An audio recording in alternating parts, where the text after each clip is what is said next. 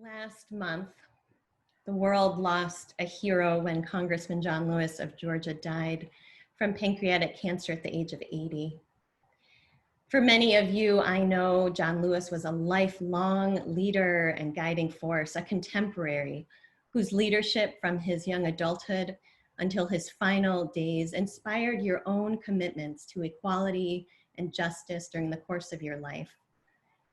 For others of you listening, John Lewis has been an elder whose wisdom gained through his decades of nonviolent activism and leadership has shaped your more recent involvement in contemporary movements towards liberation today. John Lewis dedicated his life to getting into good trouble, necessary trouble, as he liked to say. In many speeches, usually with a twinkle in his eye, he would encourage those listening to get into good trouble. And I was interested to learn that after John Lewis was arrested for the first time, after one of those sit-ins at a lunch counter in Nashville that Liza told us about in the Story for All Ages, after ending up in jail, John Lewis's mother wrote to him, and she was afraid of the shame that might come upon their family name with his arrest. And he wrote back to her to say that he was simply doing what he thought was right. For many of us, getting into any kind of trouble, breaking societal norms, getting on the wrong side of the law or law enforcement feels like something to be avoided. And what John Lewis was learning in those early days of his activism and organizing was that it was sometimes necessary to trouble the waters for a greater good, to create ripples of discomfort, both in society at large and in one's own life. And he carried this belief into the rest of his life as he protested segregation and marched for greater voting rights and was beaten down at the Edmund Pettus Bridge in Selma, Alabama. And as he continued on eventually into the US Congress, always pushing for greater equality and justice for those being discriminated against and for greater inclusion of all people in our society. John Lewis's life work was inspired by his life of faith. He was drawn into the civil rights movement by the preaching of Reverend Dr. Martin Luther King, and many of the formative teachers of the principles of nonviolence in those early days of the movement were Black clergy. The principles at the heart of the nonviolence for Lewis were grounded in his Christian upbringing and the notion of love that was taught to him in that religious tradition. And he speaks to this point in an interview with Krista Tippett from 2013, when he said, "The movement created what I like to call a nonviolent revolution. It was love at its best. It's one of the highest forms of love. That you beat me, you arrest me, you take me to jail, you almost kill me, but in spite of that, I'm going to still love you."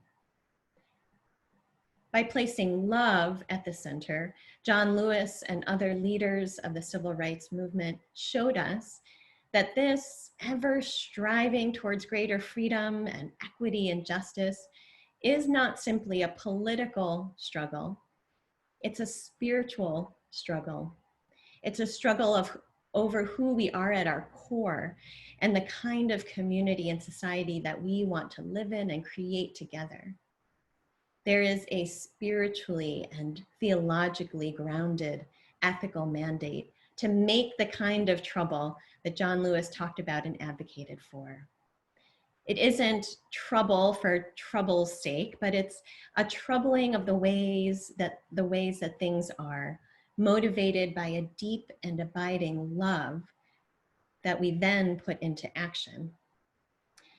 And in that 2013 interview, Lewis put it this way. He said, "It's a way of being, it's a way of action. It's not necessarily passive. It has the capacity, the ability to bring peace out of conflict. It has the capacity to stir up things in order to make things right. When we were sitting in," he says, "it was love in action. When we went on the Freedom Ride, it was love in action. The march from Selma to Montgomery was love in action. We do it not simply because it's the right thing to do, but it's love in action. That we love our country, we love a democratic society, and so we have to move our feet. The stakes are beyond high right now in this country, with less than 80 days remaining before the general election. And moving our feet, moving forward in whatever ways we are able, is love in action. Watching John Lewis's funeral a few weeks ago, I was struck by how many people said that one of the best things we can do now to honor John Lewis's legacy is to vote in November. Voting may seem like such a small thing to do when the challenges and the crises before us loom so large, and it can be easy to take for granted this simple act of voting. But we also know that voting was a hard-won fight for most people living in this country today. August 6th marked the 55th anniversary of the enactment of the Voting Rights Act. This year, 2020, marks the 100th anniversary of the passage of the 19th Amendment, which prohibited states from denying the right to vote on the basis of sex. Now, as a brown-skinned woman, daughter of Filipino immigrants, I have been thinking a lot lately about the ancestors who made it possible for me to simply have the right to vote, ancestors like John Lewis, and how indebted I feel to those ancestors and their hard work, their sometimes life-threatening work. It's a privilege that I try not to take for granted. And as we are seeing play out right now in our country, the right to vote continues to be attacked, and tactics of voter suppression are still in our midst. Elections aren't the be-all, end-all of transformative social change. However, they are necessary, and in our representative democracy can lead to very tangible outcomes for our lives. With the coronavirus pandemic, the continuing pandemic of racism, the climate crisis, and continuing poverty and economic injustice, the outcomes of our elections and the policies our elected leaders do or do not enact can mean life or death. I believe that our love is being called into action now as members of this democratic society, which is still trying to live up to its ideals. Unitarian Universalists, among others, are making trouble together this year, bringing our values to bear in this election season through the UU the Vote campaign. Values that are core to Unitarian Universalism of interdependence with one another and the planet, human worth and dignity, pluralism, democracy, self-determination and agency. These values are on the line and are worth bringing to the forefront of our engagement in this moment. A group of us from the church have started meeting over Zoom and taking small steps to engage the whole congregation in voter education and mobilization, and I invite you to join us. We have a meeting coming up this coming Friday at 11 a.m. And I know that many of you have also been taking actions on your own or with others that you know to be a part of mobilization efforts locally and around the country. Whatever action you can take is valuable and adds to the collective efforts being made.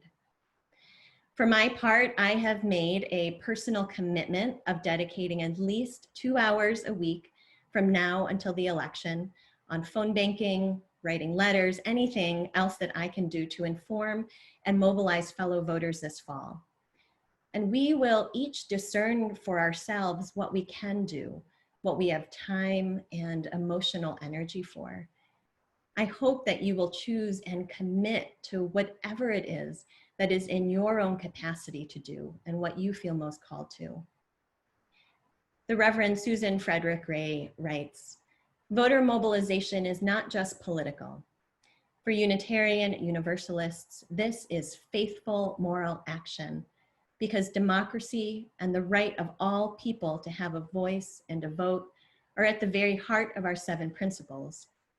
This work is about the inherent worth and dignity of every person. It is about restoring right relationship with the planet. It's about our commitment to justice and equity for all people.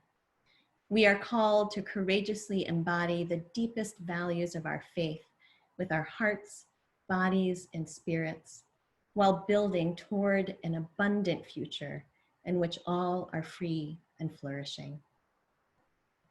So let us build towards this abundant future, making good and necessary trouble and putting our love into action. So may it be.